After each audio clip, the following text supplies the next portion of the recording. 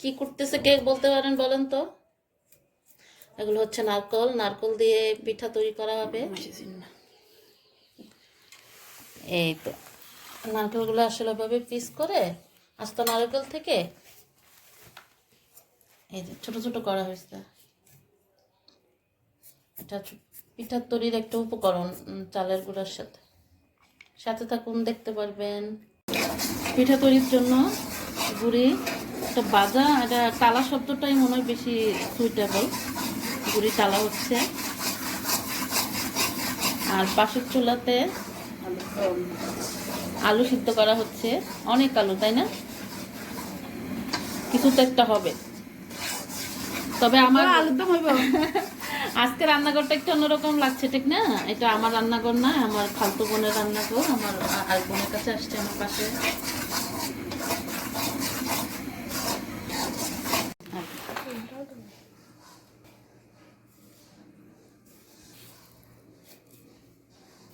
গুড় জাল দেওয়া হচ্ছে, এই পাশে দুধ। দোনোটা জাল সম্পূর্ণ হলে আমরা কি পিঠা বানাবো আজকে? ছানা পিঠা। অবশ্য অঞ্চল ভেদে এটার নানান নাম আছে। তলা পিঠা, দইলা পিঠা, গোল পিঠা, ছানা পিঠা, যে যেই নামে জানে। কে কি নামে জানে কমেন্ট করবে। নারকেল কোলা দেওয়া হয়েছে, একটু আগে কোলানো নারকেল দেওয়া হয়েছে। আর এটা হচ্ছে ছোট করে কাটা নারকেল, এটাও মিক্স করা হবে এটার মধ্যে। ওটা আরেকটা দিব তো, আরেকটা কি? আরেকবার গুঁড়ো করে দেয়। ও আচ্ছা,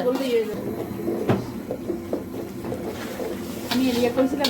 এখানে যে দুধ চাল দেওয়া আছে, এটা সুন্দর কালার চলে আসছে। বিসমিল্লাহ, ইনশাল্লাহ ইনশাল্লাহ।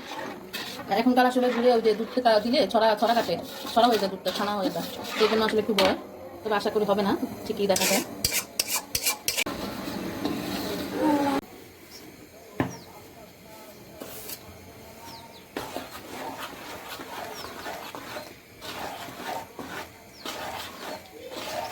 এটাকে কি বলে?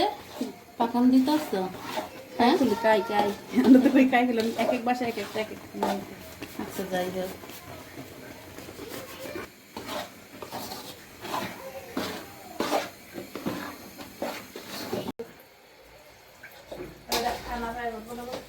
মানে এই খালি দেখলে না ভালো বসে এটা।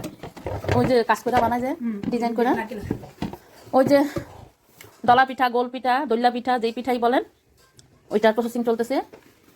এখন এটারে ভালো করে ইয়ে করা হবে।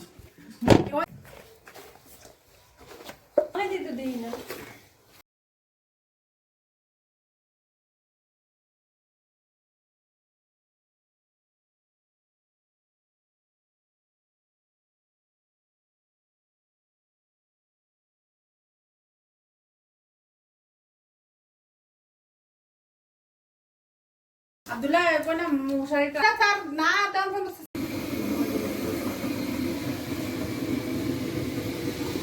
আমাদের স্টিম হচ্ছে দলা পিঠা। এগুলো হলো কাঁচাগুলো, এখনো কাঁচা না, এগুলো আসলে যে প্রসেসে করা হয়েছে এগুলো ইচ্ছা করলে এভাবেও খাওয়া যায়। তারপর ওই যে নামানো হয়েছে।